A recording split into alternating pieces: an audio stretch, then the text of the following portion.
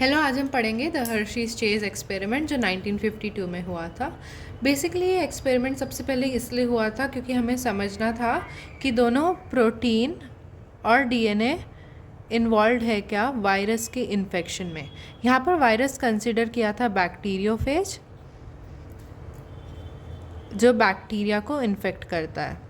अब यहाँ तक अंडरस्टैंडिंग ये थी हमारे पास कि जो भी वायरस होता है, ये हमारा वायरस है बैक्टीरियोफेज, और ये इस बैक्टीरिया सेल को जो इन्फेक्ट कर रहा है, तो जो भी बैक्टीरियल जेनेटिक मटेरियल है और जो भी वायरस का जेनेटिक मटेरियल है वो साथ में होकर रेप्लिकेट होने लगता है।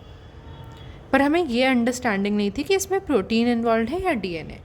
ये समझने में हमें ये पता चल गया कि DNA is the basis of life and it's the genetic material present in all animals. Experiment design ऐसी थी कि जो बैक्टीरियोफेज थे उनको 2 अलग रेडियो एक्टिव आइसोटोप में ग्रो किया गया था। एक फॉस्फोरस का था और एक सल्फ़र का। Sulphur binds to protein and phosphorus bind to DNA because DNA में फॉस्फेट होता है, तो ये डीएनए को बाइंड हुआ, इसलिए ये डीएनए में प्रेजेंट है, और ये बाहर के प्रोटीन कोट में वायरस के सल्फ़र प्रेजेंट है। नाउ हमारा पहला स्टेप हुआ इन्फेक्शन का। वायरल पार्टिकल दोनों सेल को बाइंड किए। हमारा सेल है ई कोलाई, हमारा वायरस है बैक्टीरियोफेज। दोनों का डीएनए या जेनेटिक मटेरियल जो हमें तब तक पता नहीं था वो अंदर आया।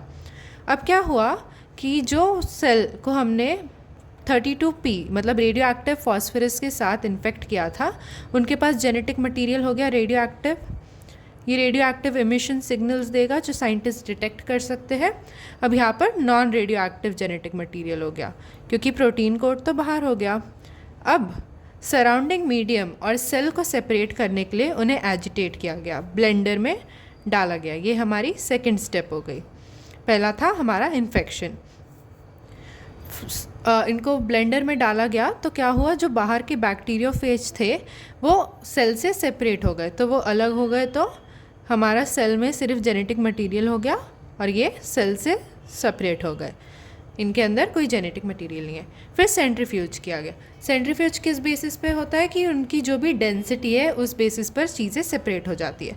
तो पैलेट में सेल थे क्योंकि सेल हैवी है, सेल के अंदर ज़्यादा कंटेंट है।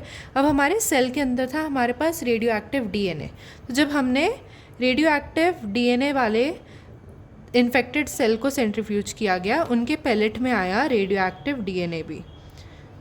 अब जब हमने नॉन रेडियो एक्टिव वालों को किया तो उनके पैलेट में सिर्फ ई कोलाई के सेल थे, और सुपरनेटेंट में हमने देखा कि वायरस का पार्टिकल था जो रेडियो एक्टिव था। जो वायरस पार्टिकल है जो रेडियो एक्टिव था वो तो सुपरनेटेंट में रह गया, और इसके फर्दर एनालिसिस से पता चला कि DNA is the genetic material present.